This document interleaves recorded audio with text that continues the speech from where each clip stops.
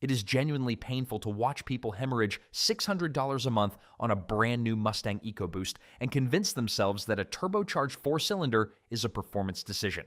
While everyone is bleeding money on clapped-out Camaros and overpriced Challengers with engines that grenade at 90,000 miles, they are completely missing these 7 bulletproof Ford Mustang engines you should buy before they disappear forever. These are power plants that were overbuilt, understressed, and engineered to keep running long after the car around them falls apart. One engine on this list is so absurdly underpriced that most people will refuse to believe the numbers. Stick around for the buyer's survival guide at the end so you never get burned. The philosophy of the Ford Mustang V8. Ford has been building V8 engines for the Mustang since 1964. That's over 60 years of continuous V8 development in a single platform. Chevrolet axed the Camaro for 8 years. Dodge killed the Challenger for a full generation. The Mustang's V8 program is the longest, most obsessively iterated engine lineage in American automotive history. And here's the part the market has not processed yet. The naturally aspirated V8 is being strangled to death. Emissions regulations are choking it. The electric vehicle mandate is burying it. Ford already gutted the Mustang's V6 option and replaced it with a turbocharged four-cylinder. The next generation Mustang is widely expected to go hybrid or fully electric. And the moment something gets discontinued, supply becomes fixed. When supply is fixed and demand catches up, prices explode in only one direction. The collector market has already figured this out with the Shelby models. The rest of the lineup has not caught up yet. That is your window. Engine number 7, the unseen workhorse. Ford, 4.6-liter 2-valve SOHC 1996 to 2004 Mustang GT. Same engine architecture that powered Crown Victoria Police Interceptors and NYC taxicabs to 300,000, 400,000, and in documented cases over 500,000 miles before the body rotted off the frame. The Mustang GT application uses the same block, same heads, same fundamental design. It never got credit because enthusiasts judged it on horsepower alone. The 215 to 260 horsepower output made the entire generation invisible. That invisibility has kept prices crushed to the floor for 2 decades, while every turbocharged alternative from the same era has already self-destructed. The 1999 and later models received performance-improved cylinder heads that bumped output to 260 horsepower. Those are the ones you want. No timing chain tension or grenading, no cam phaser failures, no direct injection carbon buildup choking the valves. Simple, naturally aspirated, single overhead cam, and genuinely stout. The status math. Clean 1999 to 2004 Mustang GTs trade between $4,000 and $8,000. A rear-wheel drive V8 coupe with fleet-proven durability for the price of a single down payment on a new car that will crater in value the second you drive it off the lot. But reliability alone is not the whole story. The next engine trades some of that invisibility for something noticeably sharper. Engine number 6, the comeback kid. Ford 4.6-liter 3-valve SOHC 2005 to 2010 Mustang GTS 197. The engine that dragged the Mustang back from irrelevance. The retro-styled S197 electrified the market when it launched, but the moment the 2011 Coyote arrived with 100 more horsepower, the 3-valve became the car everyone dumped. That mass exodus cratered residual values, and they have never recovered. Buyers skip the 3-valve because the Coyote exists. That skip is a gift to the buyer who does the math instead of chasing spec sheets. 3 valves per cylinder combined with variable cam timing produce 300 horsepower and 320 pound-feet of torque from a naturally aspirated 4.6 liters. The broader, more usable torque curve makes it a genuinely rewarding car to drive everywhere, from traffic to the highway to full throttle. Owners report 250,000 plus miles with nothing more than oil changes and basic upkeep. One forum member documented 140,000 miles of daily driving with only an idler pulley and spark plugs replaced. The S197 chassis is simple enough that any independent shop can service it, and parts share massive overlap with the Crown Victoria and F150 platforms. Early 2005 to 2007 models had the infamous two-piece spark plug design that could snap during removal at high mileage. Ford revised this for 2008 and later. Cam phasers can develop a tick at high mileage. Neither issue kills the engine. Both have cheap, proven fixes. The status math. Clean S197 GTs trade between $8,000 and $14,000. 300 horsepower, retro styling that still turns heads, and a naturally aspirated V8 proven over 2 decades of real-world punishment. Meanwhile, a same-year BMW 335i with its turbocharged 6 is already bleeding its owner dry with blown turbos and a high-pressure fuel pump that costs more than this entire car. The next engine operates in a completely different world. It does not come from the modern era. It comes from the era that started everything. Engine number 5, the engine that built an empire. Ford 302 Windsor 5-liter HO pushrod V8 1987 to 1993 Fox body Mustang GT/LX. The engine that needs no introduction. The 302 high output is a pushrod overhead valve V8 with a cast iron block that has survived more abuse than any small block in American history. When Ford added E7-cylinder heads and sequential multiport fuel injection for 1987, it became an instant legend. 225 horsepower and 300 pound-feet of torque in a car weighing under 3,200 pounds. The power-to-weight ratio turned the Fox body into the car that dominated drag strips, ruled stoplight culture, and defined weekend warrior ownership for an entire generation. The real story is mechanical brutality. No overhead cams to rattle, no variable valve timing to fail, no electronics requiring a specialist with a $5,000 scan tool. A teenager with a socket set can tear this engine apart in a driveway. The aftermarket support is the largest of any Ford engine ever produced. You can build a 302 into anything from a daily cruiser to an 800 horsepower drag weapon without ever running out of parts. The 302 ran in Ford vehicles from 1968 through 1995. 27 years of continuous production across Mustangs, F-150S, Broncos, and dozens of other platforms. Parts availability is essentially infinite. The status math. Driver quality Fox body GTs trade between $8,000 and $16,000. Pristine examples have already blown past $25,000 and are climbing hard. The window to own this one at a reasonable price is slamming shut faster than most people realize. But the next engine trades that old-school simplicity for something genuinely sophisticated. Engine number 4, the one that changed everything. Ford 5.0-liter Coyote V8 Generation 1, 2011 to 2014 Mustang GT, a clean sheet aluminum block dual overhead cam 32-valve V8 producing 412 horsepower that screamed to 7,000 revolutions per minute and ran on regular 87-octane fuel. This was Ford detonating a bomb in GM and Chrysler's boardrooms. The 5.0 badge returned after a 16-year absence, and it came back swinging for throats. The Gen 1 Coyote uses sequential multiport fuel injection only. No gasoline direct injection gunking up the intake valves. No turbochargers waiting to blow. No dual injection complexity bleeding your wallet at the dealer. This is the simplest, cleanest version of the Coyote architecture, and that simplicity translates directly into long-term survival.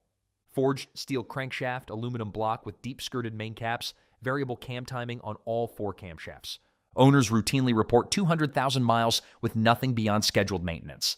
Documented examples exceeding 300,000 miles exist. The limiting factor on these cars is almost always the transmission or the driver, never the engine.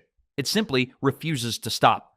The manual uses the Getrag MT82, which is noticeably less refined than the engine it sits behind.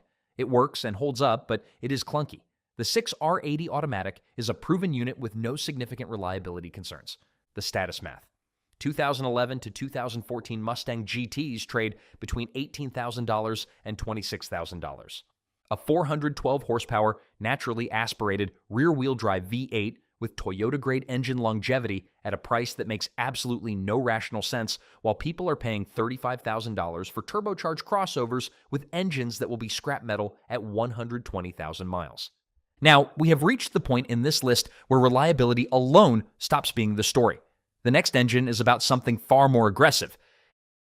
Engine number 3, the American Supra. Ford 4.6-liter D OHC supercharged V8 Terminator, 2003 to 2004 SVT Cobra. In 1999, Ford released an SVT Cobra that fell catastrophically short on its horsepower promise. Ford was forced to recall all 5,300 cars. The humiliation was public, brutal, and complete. The SVT team spent 4 years engineering a response that would incinerate that failure from the record books. What they built was the Terminator. Cast iron block borrowed from the SVT Lightning Truck program because the engineers knew this engine was going to war. Eaton M112, supercharger. Forged connecting rods, forged pistons, forged crankshaft. Tremec T56 6-speed manual built to absorb punishment. Factory rated at 390 horsepower, real-world dyno testing consistently showed output closer to 420 or more. Ford deliberately sandbagged the numbers to avoid directly embarrassing the Corvette. The iron block and forged internals were so absurdly overbuilt that owners discovered the stock bottom end could absorb 700, 800, and in extreme cases over 1,000 horsepower at the wheels with nothing more than a smaller pulley, intake, headers, and a tune. The Terminator became the American Supra, a factory-built platform with so much headroom that the aftermarket treated it like a blank check. Only approximately 19,000 were built across both model years. The 2003 had a known head-tick valve train noise that does not affect longevity. The 2004 largely resolved it.